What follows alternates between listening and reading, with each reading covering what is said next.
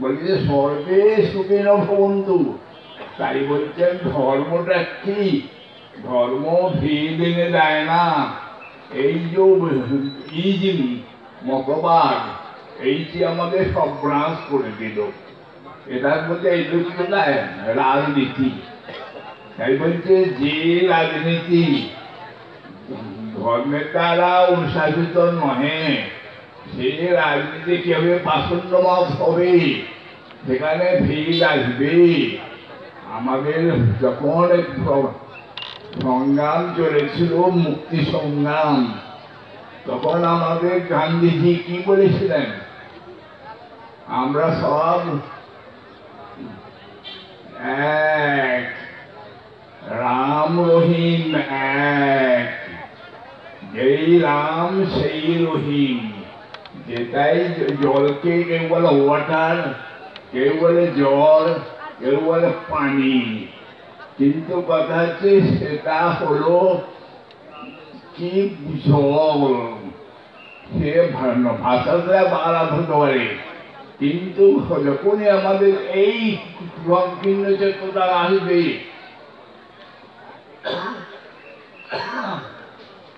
সেইখানে ভেদটা আসবে। আপনি কিছুতেই সেটাকে দূর করতে পারবে না। তাহলে যতদিন পর্যন্ত আমার মধ্যে হিংস্র প্রবৃত্তি রয়ে গিয়েছে, কাম ক্রোধ লোভ মদ মোহ মাৎসর্য, ততদিন আমরা কি করবো? ভেদাভেদ নিয়ে চলবো, ভেদ সৃষ্টি করবো। আমার সম্পত্তি বেশি হোক, আমার বাড়িটা কাছে আর একজনের পাঁচতলা বাড়ি হবে, এ আমি সহ্য করতে পারছি না। আমি একজনকে চেপে রেখে নিজে বড় হতে চাইছি। যেমন দেখবেন একটা দুটো গাছ যদি এক জায়গায় থাকে, একটা গাছ আরেকটা গাছের ছাপা দেওয়ার চেষ্টা করে। তাই বলতে যেখানে পশুর প্রবৃত্তি রয়েছে, অমানসিক প্রবৃত্তি রয়েছে, সেইখানেই ভেদ। তাহলে দেহগত মনোগত ধর্মেতে আমাদের ভেদরা থাকবি, দূর করতে পারবেন না। কিন্তু যখন বলছেন কি ধর্ম চাই, না সবই পুংসাং পরাপর, পুংসাং মানে জীবানাম, সমস্ত জীবের শুধু ইয়ে নাম, মনুষ্য না, প্রাণী কীট পতঙ্গ পর্যন্ত। তাই বলছে মনুষ্যাংশ বলছে কি হচ্ছে না, সেই ভেদটা দূর হবে কখন? যখন এই হিংস্র প্রবৃত্তি, পশুর প্রবৃত্তি, পাশবিক প্রবৃত্তি যখন থাকবে, তখন সেটা দূর করা আমার মোটেই সম্ভব হবে না। তাই বলছি রাষ্ট্রীয় যখন থাকবে, যখন রাষ্ট্রকে সেই যেখানে আত্মপোষণের কথা আছে, সেইখানে যদি আমরা কেন্দ্রীভূত করি, তাহলে তখন আমরা কি হব? আমরা ভেদাভেদ ভুলে যাব। আমার চৈতন্য মহাপ্রভু দেখুন কি করলেন। চাঁদকাজি তখন শাসক ছিলেন নবাব, কিন্তু চাঁদকাজি যখন তার কীর্তনকে বন্ধ করে দিল, খোল ভেঙে দিল, তিনি কি করে অসহযোগ মুভমেন্ট, এটা যে মতো আবিষ্কার করবে কে? না, চৈতন্য মহাপ্রভু। তিনি সবাই ভক্তকে নিয়ে কীর্তন করতে করতে সেই চাঁদকাঠির কাছে তিনি গভর্নর ছিল ওখানকার, যে কি চাঁদকাঠি ভয় পেয়ে গেছিল, কারণ তখনই গণভাব বেজে উঠেছিল। কিন্তু মহাপ্রভু গিয়ে বলেছেন যে চাচা, তুমি আর আমাদের পালো, আর তুমি আমাদের ধর্মকে নষ্ট করতে চাও? অবাক হয়ে গেছে চাঁদকাঠি। কি হলো না, যে হিংস্র পুরুষকে নিয়ে সমস্ত হিন্দু ধর্মের কথা বন্ধ করে রেখেছিল, সেখানে কি হলো না, চাচা বলে আলিঙ্গন করলেন মহাপ্রভু। অন্য কোনো যখন গাল গালাজ করা বা কোনো ভয় দেখানো কিছুই না।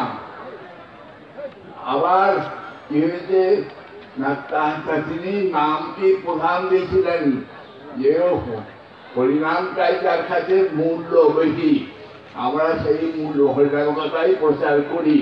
সেই হরিনাম গাইতে কি করেন আচার্য যিনি অর্থাৎ যিনি সেটাকে আচরণ করে প্রচার করেন সেই হরিদাস ঠাকুর যিনি ছিলেন মুসলমান ছিলেন, কিন্তু মহাপুরুষ সর্বপ্রথম কি না সেই হরিদাসকে আচার্য রূপে বরণ করলেন। চিন্তা করে দেখুন। তারপরে গুপ্তদেশে গিয়েছেন, পাঠানদের কি করেছেন, বলেছেন হরে হোক এক ধর্মজাতি আপোষ হচ্ছে অইটুকি অপূজ্যতা জয়া আত্মা সুপ্রসূতি, যার দ্বারা আত্মার সুপ্রসূত হয়। তাহলে যখন যতদিন পর্যন্ত মতবাদ থাকবে ততদিন আমাদের মধ্যে ভেদ, আমি হিন্দু, আমি মুসলমান, আমি খ্রিস্টান, আমি বৌদ্ধ, এই ভাব থাকবে এবং বিদ্বেষ পথ থাকবে, দূর করতে পারছে না। কিন্তু যখনই আমরা ভাই ভাই বুঝবো, যখন আমরা আত্মা দিয়ে আমরা এক আত্মতত্ত্বে আমরা হাত, সেটা কি হবে না অহৈতুকী অপূজা, আমার নিজের কোনো হেতুভাবতা স্বার্থ নাই। আমি সেই জন্য মহাপুরুষ আর কি হচ্ছে না বলেছে নিজেকে ঋণ মনে করো কাঙাল, বয়েন পতিত নাই তৃণমূলের দেখো চাই পতিত নাম ধরো। তাহলে নিজেকে পতিত ধন, আমার নাম যেটাই কবিরাজ গোস্বামী যিনি চৈতন্য চরিতামৃত লিখেছেন, তাতে যে সমস্ত ভাষা দিয়েছেন লাগিয়েছেন, আর পৃথিবীর মধ্যে সর্বশ্রেষ্ঠ ধর্মগ্রন্থ বলে সেটাকে গ্রহণ করা হয়েছে। তার তিনি বলেছেন মোর নাম রয় যেই তার পাপ হয়, মোর নাম শুনে যেই তার পুণ্য ক্ষয়, এন নিঘ্ন প্রতি কে বাকি বা করে একলে নিত্যানন্দ বিনা। মহাপুরুষ স্বয়ং শিক্ষা দিয়েছেন নাদবি শুনেছেন করোরবি সহিষ্ণুনা অমানিনা মানবীন অমাস্তিত্বনীয় সদা হরি। যদি আমি সবসময়তেই আমি সেই ভগবানের জন্য স্বর্ণত হই, স্বরঙ্গ স্বর্ণবতী হইবে যাহার, তার প্রার্থনা শোনেন সুরেন্দ্র কুমার। তাহলে যখন আমি স্বর্ণত হব, নিজেকে দিনাদেবী শুনে বুঝবো, তরুণী সহিষ্ণুতা আমার থাকবে, তখনই আমি টহল দিতে পারবো। তখন আমি বলবো জীব জাগো, জীব জাগো, গোড়াশর্মা বলে কত নিদ্রা যাও মানা সব করে। আমি তখন প্রত্যেকের জন্য একই ধর্ম, একই জিনিস, কি আমি কি চাই না, আমি তোমাদের কি চাই না, কি ভিক্ষা চেয়েছি না কৃষ্ণ বলো সঙ্গে চলো, আর কিছু চাই না, ভিক্ষার আমুখী।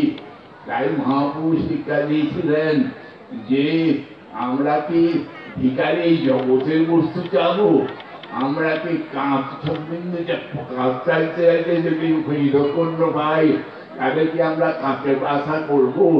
অমৃত্যের সমাজ বা যদি আস্বাদন লাভ হয়, সেটা যে সেই আস্বাদন পেলে কি আর তুচ্ছ বস্তুগুলো লোক থাকবে? বলছে কি আনন্দ, এই আনন্দের যিনি একমাত্র আস্বাদন করেছেন, সেই যে বলছে আত্মা সুপ্রসূতি। আচ্ছা, আমরা যে কিছু দেখতে চাই, সুন্দর বস্তু দেখতে চাই, কিন্তু এই ভোগটা প্রদর্শনই করে বেশি। আমার ভোগের বস্তুকে এনে দিতে চায় আমার কাছে, কিন্তু যে দেখবেন এই ভোগেতে সুখ নাই, আমার ভোগে যে আনন্দ মনে করি, কিন্তু সেটা আমাকে বঞ্চনাই করে। যেমন প্রহ্লাদ, তার বাবা পরে রাজ্য লুট করে নিয়ে আসতো, তারপর প্রহ্লাদকে বলছে প্রহ্লাদ তুমি তো ভবিষ্যতের এই সিংহাসনের দাবি করবে, তা তুমি রাজনীতি শেখো। তা প্রহ্লাদ বলেছেন বাবা তুমি যে আগে পরে ধনে তোমার রোগ হয়ে যেত, কিন্তু তোমার নিজের ঘরে যে চোর হয়েছে সেই চোরগুলোকে আগে সাবধান করাও, আগে বন্ধ করো, তবে তার তুমি তো লাভ কি হলো, তোমার পরিশ্রমে কি লাভ হলো? তাই বলছে চোরকে না তোমার হৃদয়ের মধ্যে যে কাম ক্রোধ লোভ মদ মোহ মাৎসর্য রয়েছে, তাই বলছে যতদিন পর্যন্ত আমরা এই ছয় রিপুর আর দ্বারা আক্রান্ত হয়ে থাকবো, আমার মন বলছে আমি তখন যদি অহংকার বিমূঢ়াত্মা কর্তাম থেকে মন্যতে, আমার সেই অহংকার যদি আমার মাথাটাকে উঁচু করে রাখে, তাহলে আমি থেকে প্রণাম জানাবো, আমি কেউ ভালো করতে পারবো? কখনোই না। আমি যদি নিজেকে তৃণাদেবী শুনি এবং সহিষ্ণু হতে পারি, তাহলেই আমি টল দিতে পারবো, আমি জগতের মঙ্গল করতে পারবো। তাই আমাদের দেশে ঋষিরা কি করে সব ধর্মে ঋষিরা তারা সর্বত্যাগ করে দিয়েও তারা আনন্দে বিগুল হয়ে ওই প্রাদুর্বে ভ্রমণ করে বেরিয়েছেন। তারা বনের প্রত্যাচার করে নাই। একবার হয়েছে কি, দক্ষিণ ভারতে একজন শিব ভক্ত, তার কিছু টাকা পয়সার প্রয়োজন ছিল। সে খুঁজছে একজন গণকাল গেছে, গণকে তুমি টাকা পাবে প্রচুর, তুমি বৃন্দাবনে যাও, এই যমুনার তীরেতে এই সনাতন গোস্বামী বলে একজন সাধু আছে, তাকে তার ফোন করলে প্রচুর ফোন তোমাকে দেবে। তাই সে লোক কি করছে, এসেছে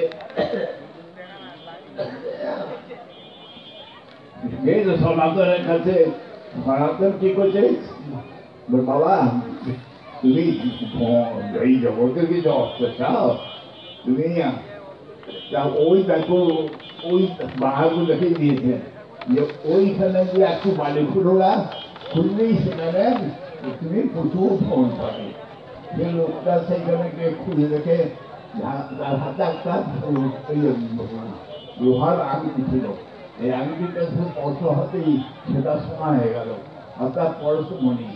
এই পরশমণিটাকে পেয়ে সে খুব সন্দেহ হলো, এই যে চলে যেতে চাইছে।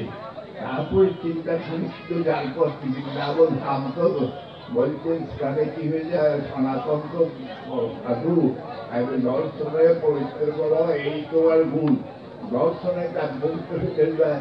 তখন গিয়ে দেখি যে একজন সাধু সে এই জিনিসটা তো অমূল্য জিনিসটাকে এখানে ফেলে দিয়েছে, তারপর আমাকে দেখালে বাহাতে করে। আর তিনি কিছু করে যমুনার ধারে একটা সুরের করে বাস করছেন।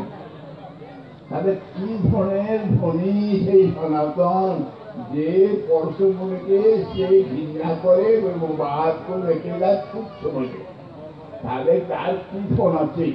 তখন ঘুরে এসে সনাতনকে পড়ে গেছে।